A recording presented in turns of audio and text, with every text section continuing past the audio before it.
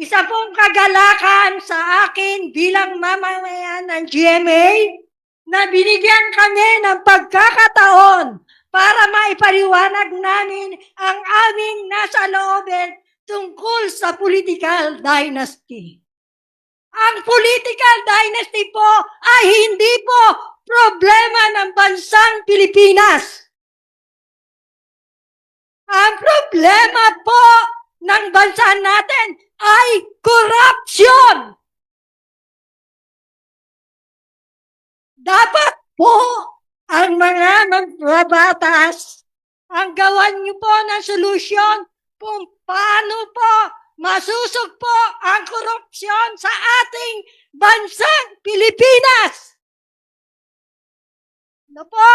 At tandaan po natin, hindi po dahilan ang mga political dynasty na kung saan kaming mamamayan ang pumipili kung sino po ang karapat-dapat na iupo sa poder ng kapangyarihan.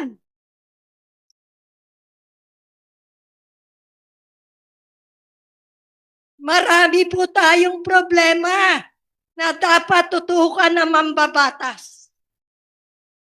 Nakikita po natin yung mga maliliit na mga nanunungkulan, mga kapitan, mga barangay kagawad, Bausi Desk Officer, BNS, BSW, lupong tagapamayapa, mga bantay ba, mga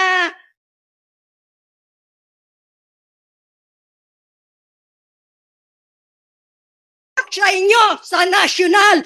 Pero sa konting pagkakamali, binibigyan agad ng aksyon. Hindi man lang mabigyan ng magandang honorar o sahod ang mga maliliit.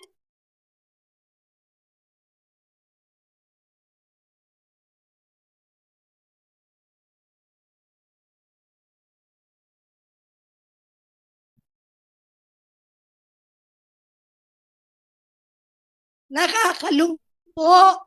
Dapat po sa inyong mambabatas, manggagaling. Hindi po yung political dynasty ang tinututukan nyo. Marami pong nangangailangan at taong bayan ng mga mamamayan sa bansang Pilipinas. Naghihirap dahil sa mga korupsyon na nagaganap na hindi nyo binibigyan ng aksyon.